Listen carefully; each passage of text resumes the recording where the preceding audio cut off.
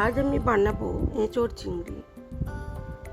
চলুন আমি কিভাবে এঁচোড় চিংড়িটা বানাই দেখাবো এবং এঁচোড় কাটাটাও আজকে আপনাদের সাথে শেয়ার করব। এঁচোড়টা কাটার জন্য আমি এখানে একটু সর্ষের তেল ও নুন মিশিয়ে নিয়েছি।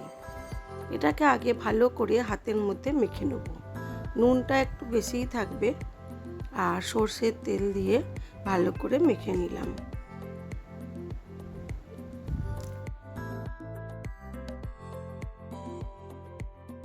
তারপরে গোটা এঁচোড়টাকে সাবধানে দুখাদি করে নেব। এঁচোড়টা খুব একটা বেশি বড় নয়, তবে নরমও ছিল। খুব সুন্দর এঁচোড়টা, একটুও দানা হয়নি।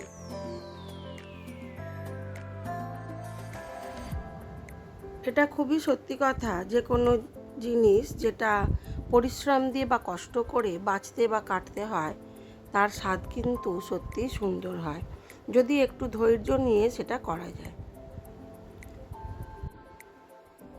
সামনের দিকের শক্ত ডান্ডিটাও কেটে ফেলে দিলাম এবং ছোট ছোট টুকরো করে নেব। তারপরে ছালটাকে সাবধানে কেটে বাদ দিয়ে দেবো।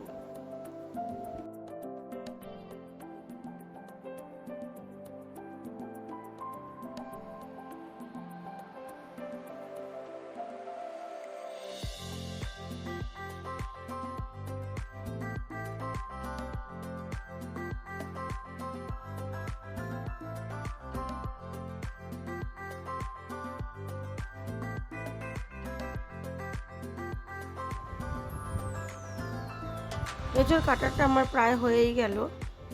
এইবারে আমি বাকি পদ্ধতিগুলো আপনাদেরকে দেখাই, চলুন। তার আগে আলুটা পিস করে নেব এবং পেঁয়াজের খোসাগুলো ছাড়িয়ে নেব।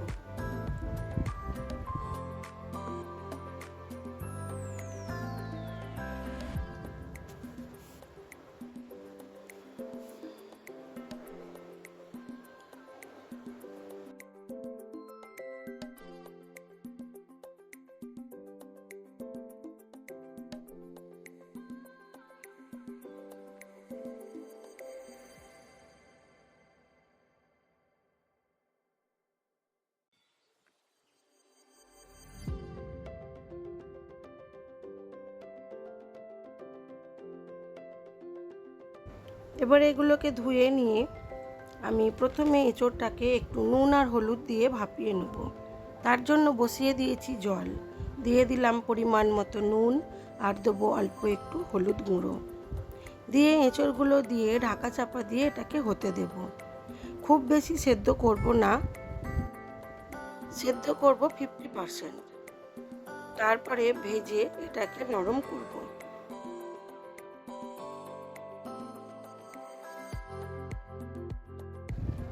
এঁচোড়টা সেদ্ধ হতে হতে আমি অন্যদিকে কড়া বসিয়ে চিংড়ি মাছগুলোকে নুন হলুদ আর লঙ্কার গুঁড়ো দিয়ে ভালো করে ভেজে নেব।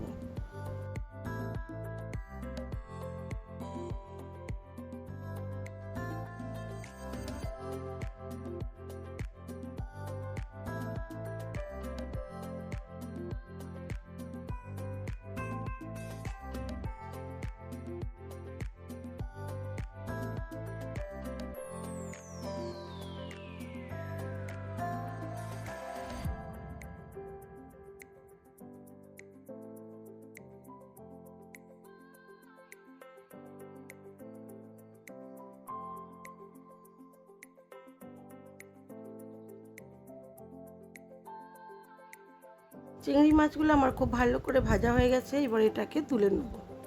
নিয়ে ওই কড়ার মধ্যে আরও কিছুটা পরিমাণ তেল দিয়ে আলুগুলোকে নুন আর হলুদ দিয়ে ভেজে নেব।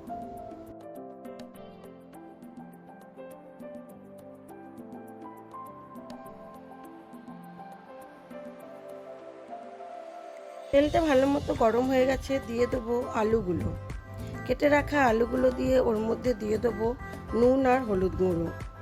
দিয়ে আমি এঁচোড়টাকে জল থেকে ছেঁকে নিয়ে ওটাও দিয়ে দেবো আলুর সাথে একসাথে। এঁচোড়টাও খুব ভালো করে ঢাকা চাপা দিয়ে কষিয়ে নেব।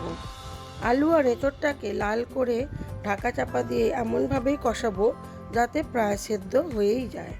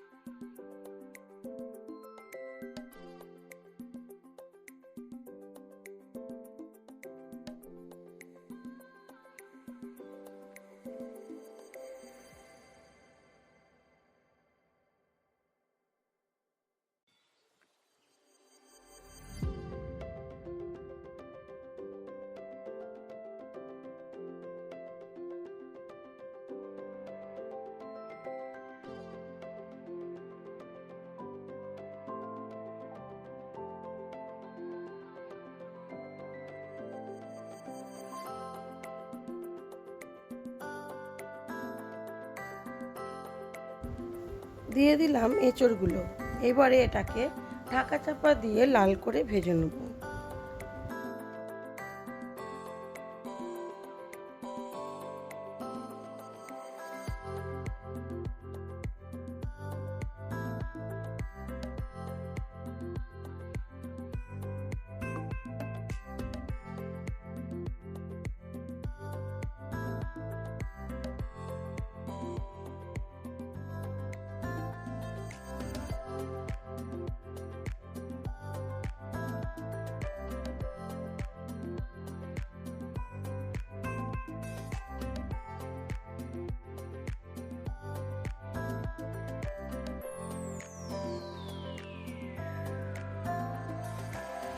আলু আর এঁচড়টা প্রায় কষানো হয়েই গেছে। এবারে এটাকে ঢেলে নিয়ে ওই কড়ার মধ্যেই আবার আমি মশলাটাকে কষিয়ে নেব।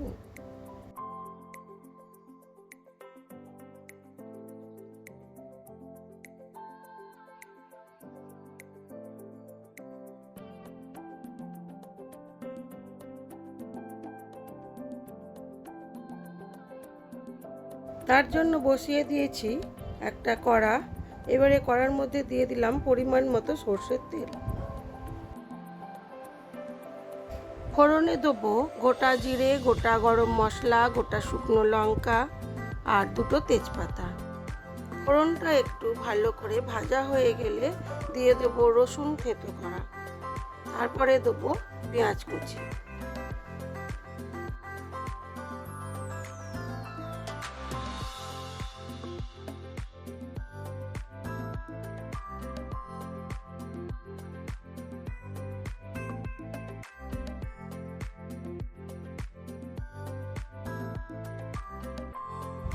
এবারে পেঁয়াজটাকে নুন দিয়ে ঢাকা চাপা দিয়ে ভালো করে ভাজতে দেবো।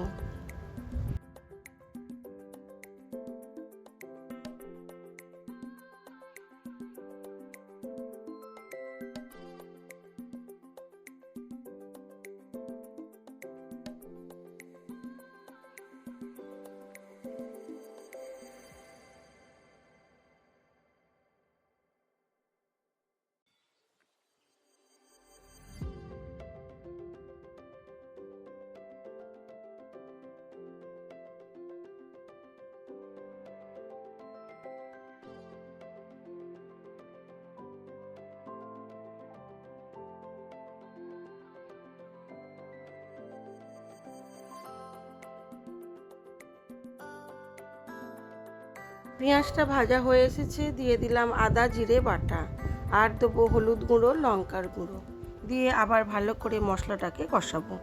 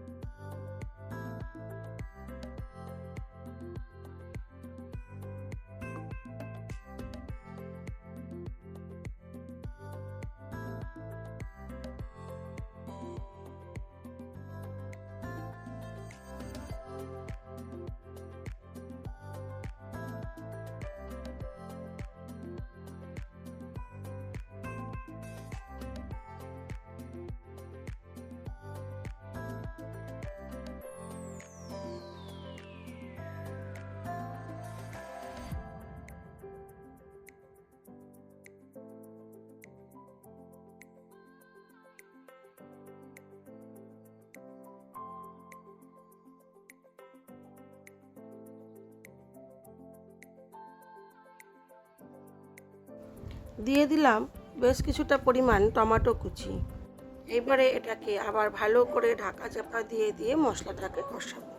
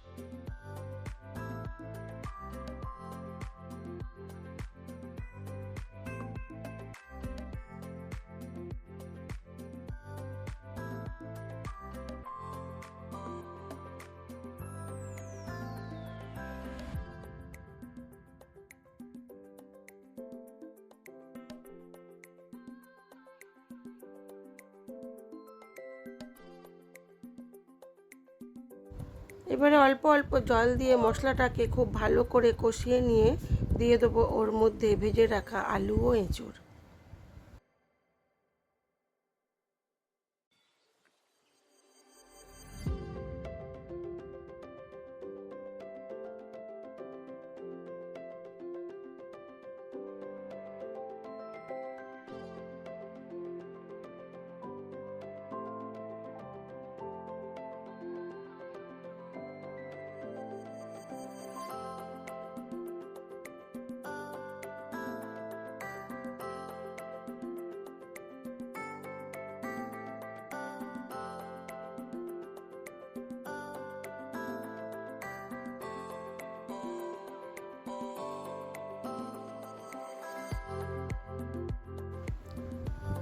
দিয়ে দিলাম আলু ও এঁচোড় আর দিলাম ভেজে রাখা চিংড়ি মাছগুলো দিয়ে এবারে এটাকে ঢাকা চাপা দিয়ে আরও কিছুক্ষণ হতে দেব।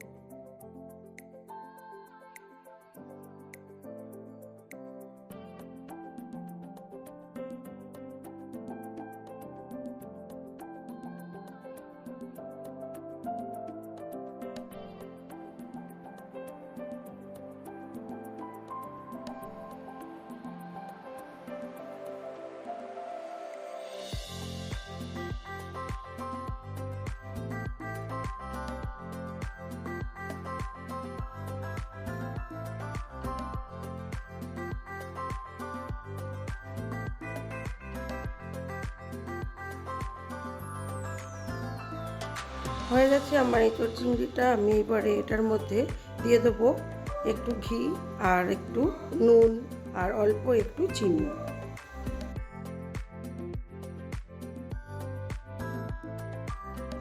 দিয়ে ঢাকা চাপা দিয়ে আরও কিছুক্ষণ হতে দেব।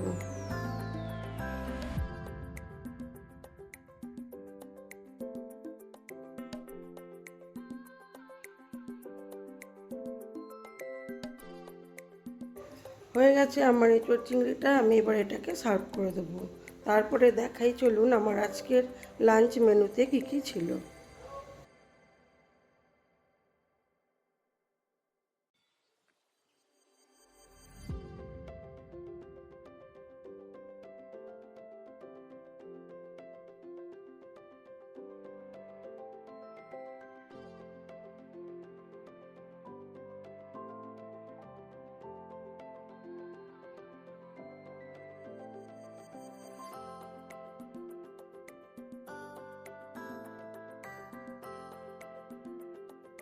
আমার আজকের লাঞ্চ মেনুতে ছিল সাদা ভাত,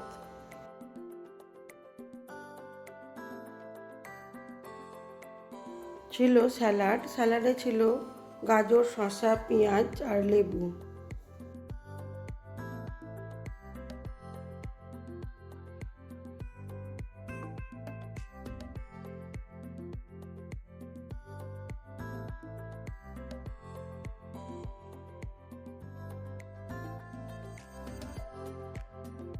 আর ছিল ইলিশ মাছের ঝাল, টমেটোর চাটনি আর এঁচোড় চিংড়ি। আজ এই পর্যন্তই। সবাই ভালো থাকবেন, সুস্থ থাকবেন, নিজেদের খেয়াল রাখবেন। আর ভিডিওটি কেমন লাগলো অবশ্যই জানাবেন। ভালো লেগে থাকলে লাইক, শেয়ার, কমেন্ট করবেন।